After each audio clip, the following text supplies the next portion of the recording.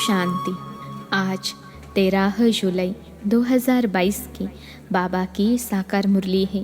मुरली के महावाक्य हैं, मीठे बच्चे इस शरीर का भान भूलते जाओ, अब शरीरी बनने की मेहनत करो, क्योंकि अब घर चलना है। प्रश्न है, तुम आस्तिक बच्चे ही कौन सा शब्द बोल सकते हो? उत्तर है, भगवान हमारा बाप है। यह आस्तिक बच्चे ही बोल सकते हैं, क्योंकि उन्हें ही बाप का परिचय है। नास्तिक तो जानते ही नहीं। आस्तिक बच्चे ही कहेंगे, मेरा तो एक बाबा दूसरा न कोई। दूसरा प्रश्न है, तीव्र पुरुषार्थी बनने के लिए कौन सी स्थिति चाहिए? उत्तर है, साक्षी स्थिति। साक्षी होकर हर एक के पार्ट को देखते पुरुषार्थ करते रहो। गीत है, मरना तेरी गली में। ओम शांति। यह किन्होंने कहा? जीव की आत्माओं ने कहा, जो सम्मुख बैठे हैं। यहाँ यह नहीं कह सकते कि आत्मा बैठी है। नहीं, जीव आत्माएं बैठी हैं। बाप ने समझाया है कि आत्मा ही शरीर द्वारा हर कार्य करती है। इसको कहा जाता है देही अभिमानी। देह में रहने वाले अपने परमप्रिय परमात्मा को कहते हैं कि हम आत्मा अब आपके गले का हार बनेंगे, अर्थात हम यह शरीर छोड़ आपके पास आ जाएंगे। बाप ने समझाया है, जैसे मनुष्य का जिनोलॉजिकल ट्री है, ब्रह्मा, सरस्वती, आदम, ईव आदि उन्होंने सिजरा बनता है, वैसे तुमने देखा है मूल वतन में भी सिजरा है। पहले पहले है शिव, तुम आत्मा मेरे गले का हार कैसे बनेगी? मुझे याद करने से। जितना जो मुझे याद करते हैं उतना तीखी डोरी पहनते हैं। मेरे साथ बहुत प्रेम है, मेरे पास आने बिना रह नहीं सकते, क्योंकि आत्मा को इस शरीर के साथ सुख नहीं दुख है। अब भगवान तो है निराकार, कहते भी हैं निराकार आत्माओं को। वह परमपिता परमात्मा ही सृष्टि के आदि मध्य अंत को जानते हैं, त्रिकालदर्शी हैं। और कोई मनुष्य भल कितना बड़ा पंडित हो, वेद शास्त्र पढ़ा हुआ हो, परंतु उनको इस सृष्टि के आदि मध्य अंत का ज्ञान नहीं है। नास्तिक होने के कारण त्रिकालदर्शी हो नहीं सकते। तुम बच्चे अभी आस्तिक हो। बाप ने तुमको परिचय दिया है, इसलिए तुम बाबा कहने के हकदार हो। वह तो कह देते परमात्मा सर्वव्यापी है, फिर इससे क्या मिला? कुछ भी नहीं। बाप तो ज्ञान का सागर है। वह ऐसे नहीं कहते कि मैं सर्वव्यापी हूँ, फिर तो सब फादर हो जाते। फादरहुड कहा जाता है क्या? एक बाप के बच्चे हैं, उनको प्रभु ईश्वर भी कहते हैं। ब्रह्मा विष्णु शंकर को रचने वाला है। त्रिमूर्ति ब्रह्मा कहना रॉन्ग है। ब्रह्मा विष्णु शंकर का भी बाप वह शिव है। उसने ब्रह्मा को एडॉप्ट किया है। तुम भी जानते हो, ब्रह्मा के मुख से परमपिता परमात्मा शिव द्वारा हम त्रिकालदर्शी व स्वदर्शन चक्रधारी बन रहे हैं। स्व अर्थात आत्मा का ज्ञान। आत्मा को ही स्वराज्य मिलता है। आत्मा अविनाशी है, शरीर विनाशी है। आत्मा ही अच्छे व बुरे सभी संस्कार धारण करती है।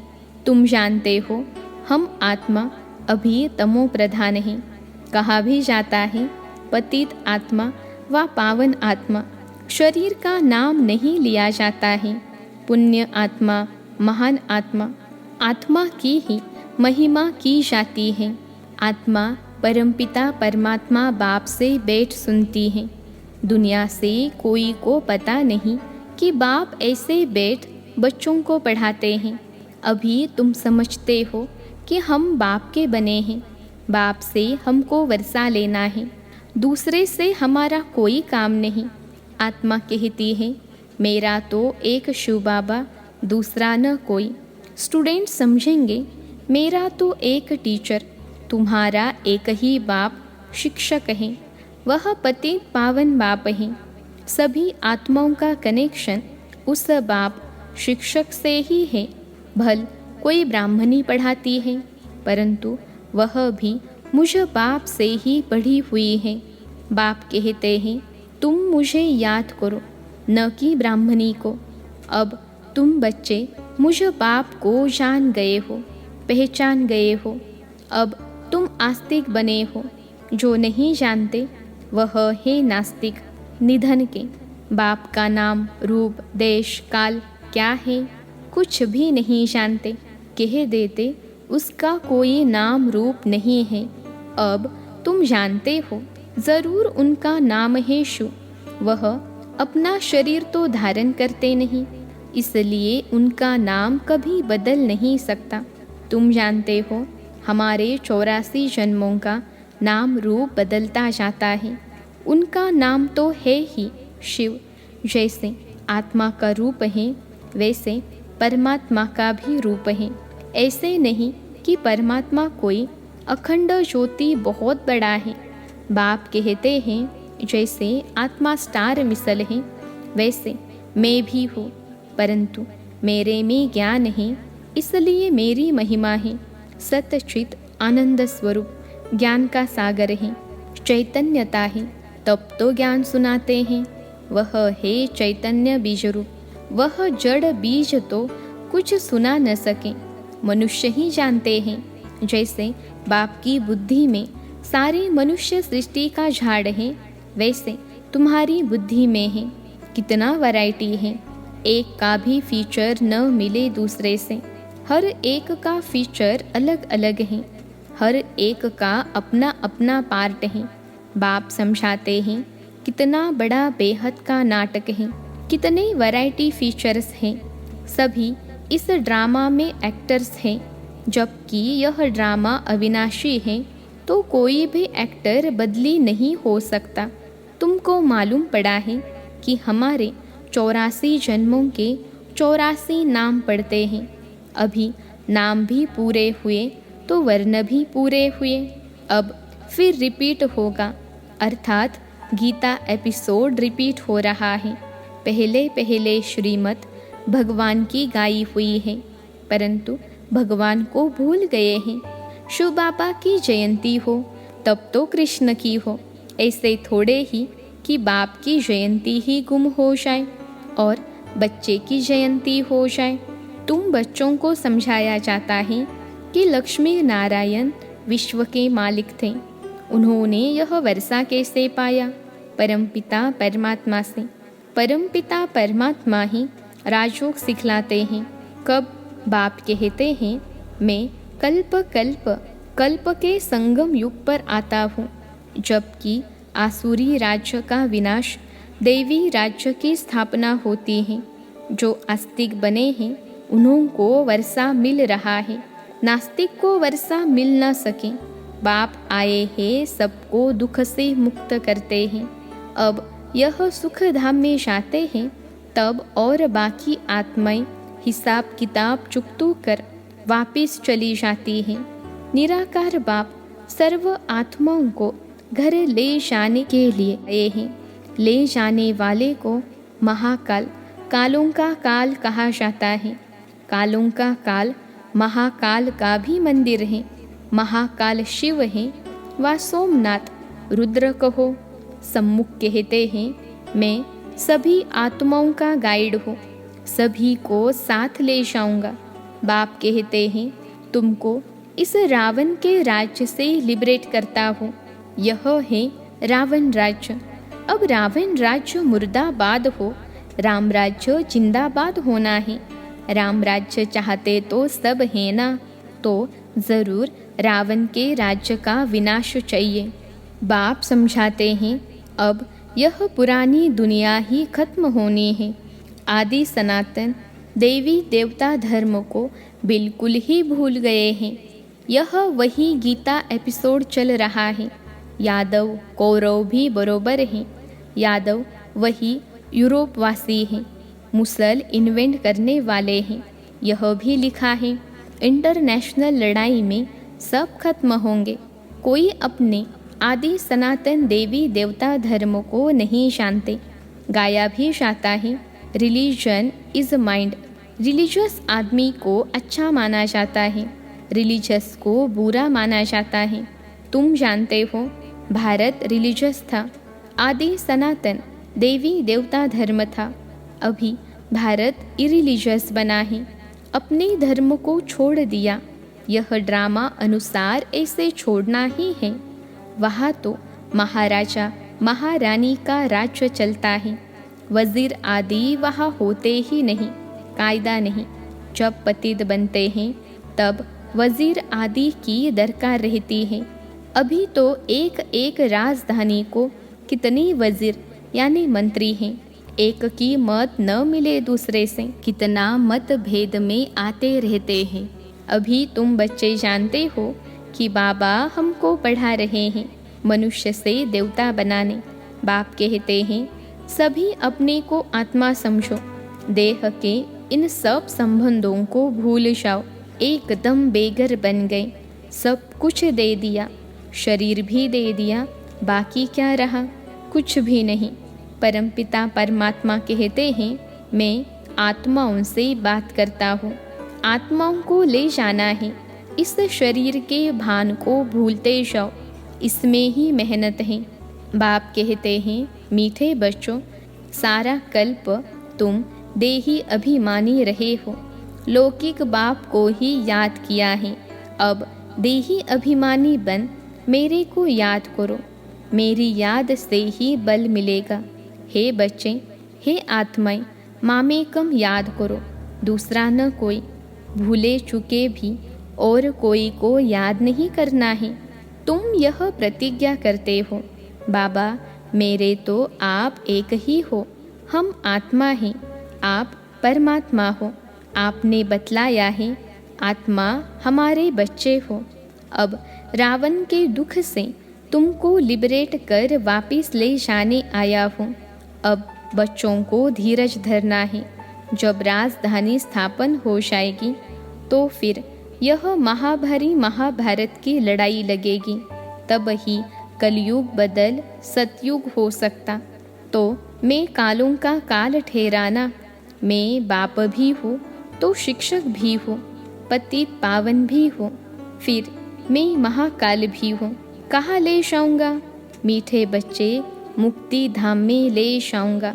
यहाँ से मुक्त होंगे तो स्वर्ग में आएंगे। तुम पढ़ते हो भविष्य में देवी देवता बनने।